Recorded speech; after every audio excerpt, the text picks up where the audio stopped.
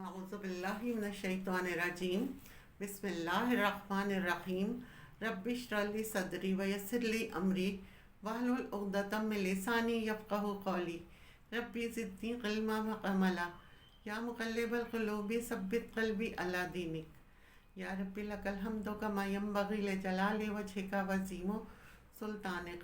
ہم پڑھ رہے ہیں سورہ البقرہ کا ترجمہ اور اس کی تفسیر۔ آج کی جو آیت ہے وہ ہے 104 اور 105۔ اس کا ترجمہ اور اس کی تفسیر پڑھیں گے۔ یا ایہا الذین آمنو، جب کسی کو اس کی کوالٹی کے ساتھ پکارا جائے تو وہ اس سے بھی زیادہ اچھا لگتا ہے۔ مزید ڈسکس کرنے سے پہلے اس ویڈیو کو لائک کریں، شہناز مقصود چینل کو سبسکرائب کریں اور بیل آئیکن کو ضرور کلک کریں۔ جیسے نبی صلی اللہ علیہ وسلم کو صادق اور امین کہا جاتا تھا، جب ہم اپنے بچوں کو جب وہ ہمارا کوئی کام کر دیتے ہیں تو پیار سے انہیں کوئی القاب دیتے ہیں، اس سے پکارتے ہیں تو ان کے دل نرم ہو جاتے ہیں اور ان میں پیار بڑھتا ہے۔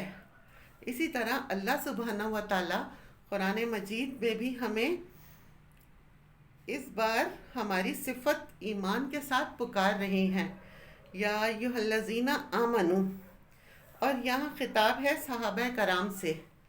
اے لوگو جو ایمان لے آئے ہو، اے ایمان والو سنو، لا تقولو، نہ تم کہا کرو، کس سے؟ اپنے نبی سے۔ اپنے نبی سے جب بات کرو تو کیا نہ کہا کرو؟ کیا؟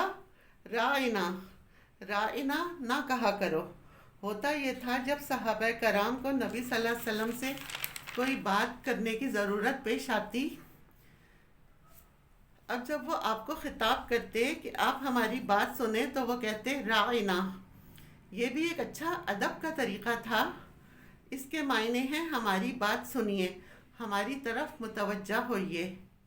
رائنا ایک طریقہ تھا نبی صلی اللہ علیہ وسلم کو اپنی طرف متوجہ کرنے کا۔ آپ صلی اللہ علیہ وسلم کی مجلس میں یہود بھی ہوتے اور ان کا بھی آپ سے انٹریکشن ہوتا، وہ بھی آپ کے پاس آ کر کچھ بات کیا کرتے آپ سے۔ صحابہ کہتے تھے یا رسول اللہ رائنا، اور یہود کہتے یا محمد رائینا، تھوڑا سا دبا کر کہتے۔ رائی عربی زبان میں گدڑیے یا چرواہے کو کہتے ہیں، یعنی ان کی نیت کچھ اور ہوتی اور توہین آمیز لفظ وہ بنا لیتے۔ یہ بات کوئی معمولی بات نہیں تھی۔ جب کوئی شخص دنیا میں کسی کو دبی زبان سے کچھ بڑبڑا کر پکارتا ہے تو سننے والے کو تو نہیں پتہ چلتا کہ وہ کیا کہہ رہا ہے، لیکن اللہ تعالیٰ تو زبان کا ہیر پھیر ہی نہیں، وہ تو نیتیں بھی جانتا ہے، وہ تو دلوں کا حال بھی جانتا ہے کہ کون کیا کہہ رہا ہے اور کس انداز میں کہہ رہا ہے اور کس نیت، کس سوچ اور کس ارادے سے کہہ رہا ہے۔ لہٰذا اللہ تعالیٰ نے انہیں تو کچھ نہ کہا جو گڑبڑ کر رہے تھے، بلکہ اہل ایمان سے کہا کہ تم اس لفظ کو چھوڑو، وَلَا تَقُولُوا رَائِنَا، اس کا استعمال بند کر دو۔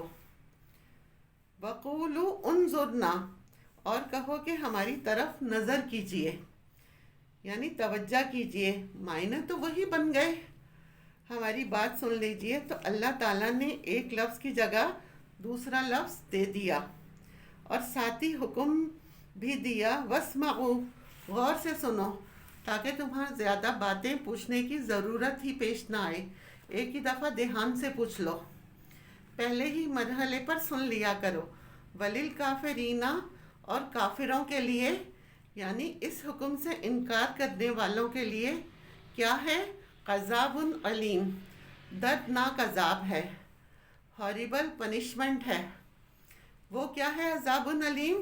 اس کی تفصیل قرآن اور حدیث میں جگہ جگہ ملتی ہے کہ جہنم کا عذاب کیسا عذاب ہوگا۔ اس آیت سے ہمیں کئی باتیں پتہ چلتی ہیں۔ ایک بات تو یہ، جب کوئی شخص اللہ کی طرف کسی کو بلاتا ہے خالص نیت کے ساتھ دوسروں کی ہدایت اور کامیابی کے لیے، تو بعض اوقات کچھ لوگوں کو اس کا یہ کام پسند نہیں آتا، اور خاص طور پر اس وقت جب وہ یہ سمجھتے ہیں کہ یہ ہمارے خلاف جائے گا۔ ان کو اپنا کوئی مفاد ختم ہوتا نظر آتا ہے، پھر وہ کھلے اور چھپے دونوں طرح سے دشمنی شروع کر دیتے ہیں۔ ایسا کرنا کسی کے اپنے ہی بد اخلاق ہونے کی علامت ہوتا ہے۔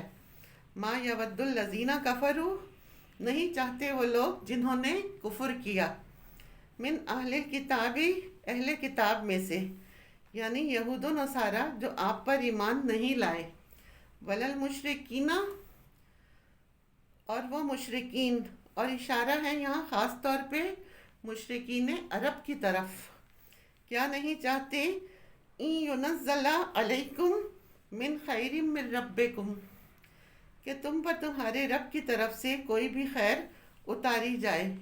کیوں؟ اس لیے کیونکہ وہ حسد کرتے تھے۔ جب کوئی کسی سے حسد کرتا ہے تو اس کا نتیجہ کیا ہوتا ہے؟ وہ اس کے اندر کسی قسم کی خیر اور بلائی نہیں دیکھ سکتا۔ یہاں یہ بتایا جا رہا ہے کہ تمہارے دشمن تمہارے لیے کوئی خیر نہیں چاہتے، تمہارے لیے وہ کسی قسم کی کوئی بھلائی نہیں چاہتے۔ علیکم سے مراد رسول بھی ہیں اور آپ صلی اللہ علیہ وسلم کے صحابہ بھی ہیں، یہ خیر خواہ نہیں ہیں۔ خیر خواہ کا کیا مطلب ہے؟ خیر چاہنے والا، یہ تمہارے لیے خیر نہیں چاہتے۔ من خیرین، کوئی خیر نہیں چاہتے۔ من سے مراد کسی بھی قسم کی خیر، نہ دنیا کی نہ آخرت کی۔ وہ اتنی شدید دشمنی کا شکار ہیں کہ وہ تمہارے لیے کوئی خیر پسند ہی نہیں کرتے، تمہارا کوئی فائدہ ترقی انہیں پسند نہیں۔ من ربکم، تمہارے رب کی طرف سے، جب تک اللہ نہ چاہے۔ واللہ یختص برحمتہ، اللہ مخصوص کر لیتا ہے اپنی رحمت کے ساتھ، من یشاء، جس کو بھی وہ چاہتا ہے۔ کسی کے برا چاہنے سے برا نہیں ہوتا جب تک کہ اللہ نہ چاہے۔ اللہ جسے چاہے اپنی رحمت سے نوازے۔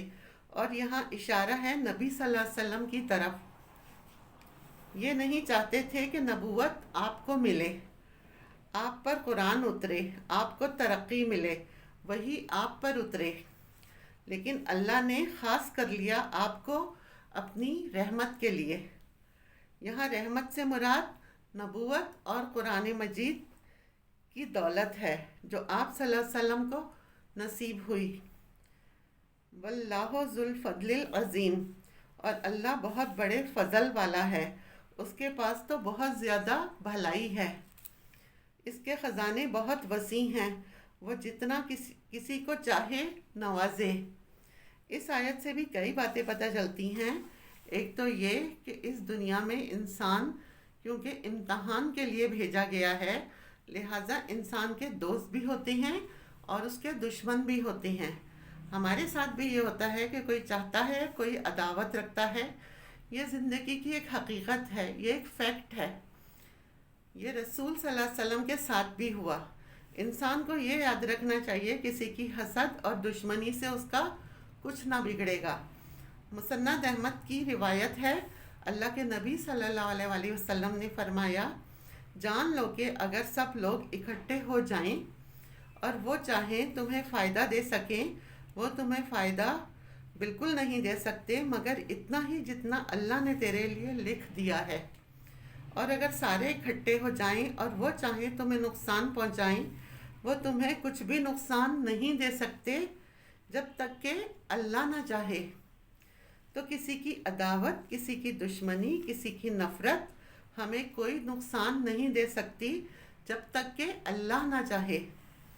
اور یہ لفظ جو ہے من ربکم، اس سے پتہ چلتا ہے ربوبیت دو طرح کی ہوتی ہے، ایک ہوتی ہے خاص، دوسری عام۔ ربوبیت عام ہم پیچھے سورہ فاتحہ میں پڑھ کر آئے ہیں، الحمدللہ رب العالمین، سب کا رب ہے اللہ، لیکن سب کے علاوہ وہ ہمارا خاص رب بھی ہے۔ ربکم، جو اس پر ایمان لے آتا ہے اس کا وہ خاص رب ہے۔ اسی طرح ویسے سارے بندے اللہ کے بندے ہیں، لیکن جو ایمان والے ہیں وہ خاص بندے ہیں۔ اللہ کیونکہ سب سے بڑا رب ہے، فضل والا، لہٰذا انسان کو سب کچھ اسی سے مانگنا چاہیے، بندوں سے نہیں مانگنا چاہیے۔ اور اس یقین کے ساتھ مانگنا چاہیے کہ وہ سب کچھ دے سکتا ہے۔ وآخر دعوانا ان الحمد للہ رب العالمین۔